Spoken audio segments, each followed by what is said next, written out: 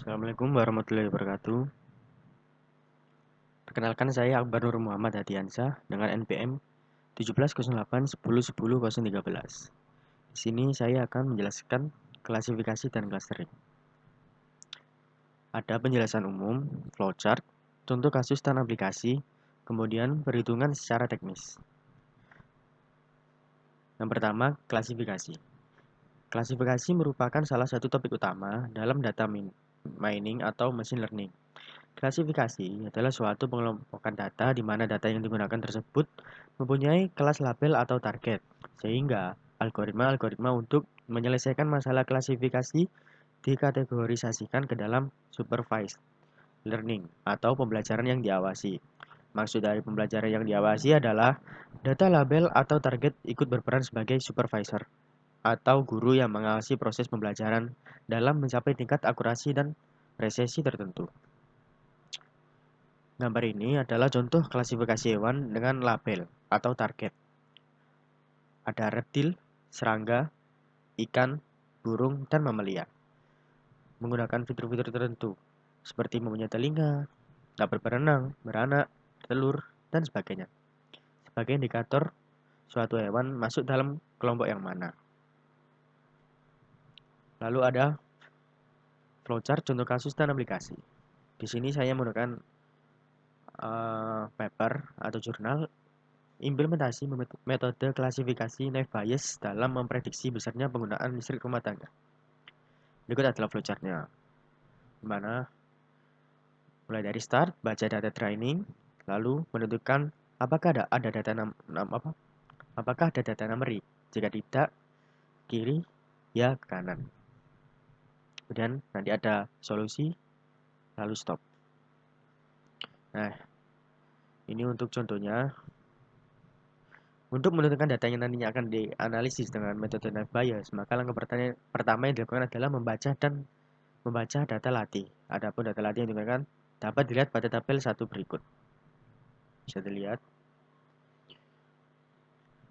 Dari nilai probabilitas tabel di atas, akan diuji data sebanyak 60 data dan diselesaikan dengan menggunakan tools WK sehingga dihasilkan hasil klasifikasi penggunaan listrik sebagai berikut.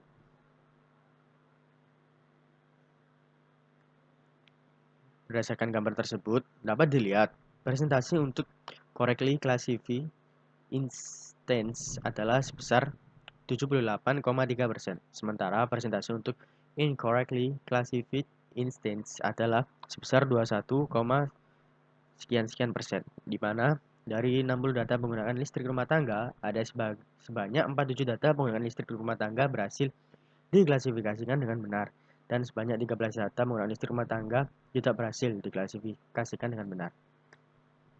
Kemudian ada penghitungan secara teknis. Persamaan dari teorema Bayes adalah bagi berikut, di mana data dengan X data dengan kelas yang belum diketahui, H hipotesis data merupakan suatu kelas spesifik. P H X probabilitas hipotesis H berdasarkan kondisi X. Kemudian ada PH probabilitas hipotesis H. PX probabilitas X berdasarkan kondisi pada hipotesis H. PX probabilitas X. Untuk menjelaskan metode Naive Bayes, perlu diketahui bahwa proses klasifikasi memerlukan sejumlah petunjuk untuk menentukan kelas apa yang cocok bagi sampel yang dianalisis tersebut. Karena itu, metode Naive Bayes di atas disesuaikan sebagai berikut. Di mana variabel C mempresentasikan kelas, sementara variabel F1 sampai Fn mempresentasikan karakteristik petunjuk yang dibutuhkan untuk melakukan klasifikasi. Maka rumus tersebut menjelaskan bahwa peluang masuknya sampel karakteristik tertentu dalam kelas C adalah peluang munculnya kelas C sebelum masuknya sampel tersebut. Seringkali disebut prior.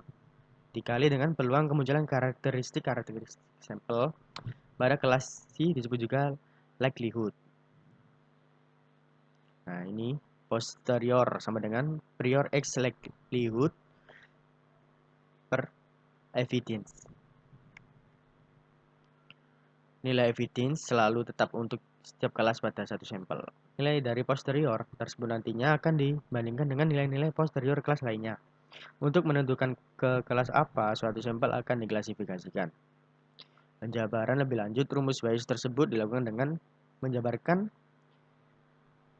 si F1 sampai Fn menggunakan aturan perkalian sebagai berikut. Bisa dilihat sendiri. Dapat dilihat bahwa hasil penjabaran tersebut menyebabkan semakin banyak dan semakin kompleksnya faktor-faktor syarat yang mempengaruhi nilai probabilitas yang hampir mustahil untuk dianalisa satu persatu. Akibatnya, perhitungan tersebut menjadi sulit untuk dilakukan. Disinilah digunakan asumsi independensi yang sangat tinggi, bahwa masing-masing penunjuk F1 hingga Fn saling bebas satu sama lain. Dengan asumsi tersebut, maka berlaku suatu kesamaan sebagai berikut. Bisa dilihat bersama di atas merupakan model dari teorema Naive-Bayes yang selanjutnya akan digunakan dalam proses klasifikasi. Untuk klasifikasi dengan data kontinu digunakan rumus densitas Gauss.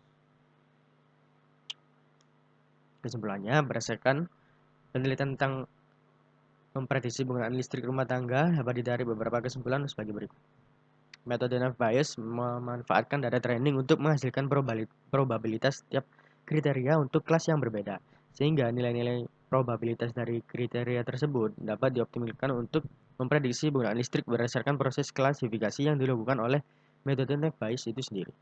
Berdasarkan data rumah tangga yang dijadikan data training, metode Naive-Bayes berhasil mengklasifikasikan 47 data dari 60 data yang diuji, sehingga metode Naive-Bayes berhasil memprediksi besarnya penggunaan listrik rumah tangga dengan presentasi keakuratan sebesar 78,3333%. Lalu ada clustering.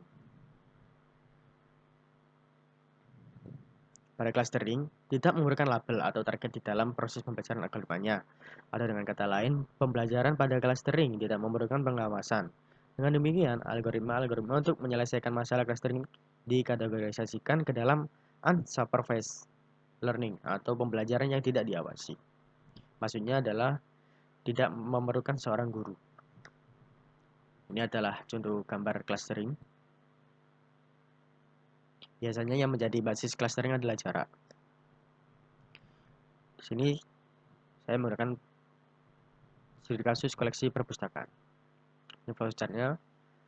Dengan yang pertama tentukan jumlah klaster, pusat klaster, itu nilai Euclidean, kelompokkan objek berdasarkan jarak minimum. Kemudian jika nilai sudah diperoleh, maka akan berhenti, jika belum akan kembali ke pusat klaster. Ini adalah data yang digunakan berdasarkan data pusat klaster baru. Dari data tersebut, tentukan jumlah klaster, kemudian tentukan pusat klaster acak. Selanjutnya menentukan jarak terdekat setiap klaster seperti yang ditunjuk pada tabel 2. Lalu terdapat hasil sementara seperti berikut. Pada tabel 4 terlihat 7 data pada klaster 1, 8 data pada klaster 2, 1 data pada klaster 3, 6 data pada klaster 4, 2 data pada klaster 5. Ini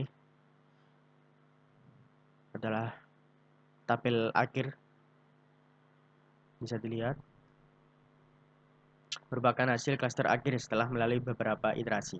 Diperoleh 9 kriteria masuk ke dalam klaster 5, 7 kriteria masuk ke dalam klaster 4, dan terdapat 8 kriteria masuk ke dalam klaster 2.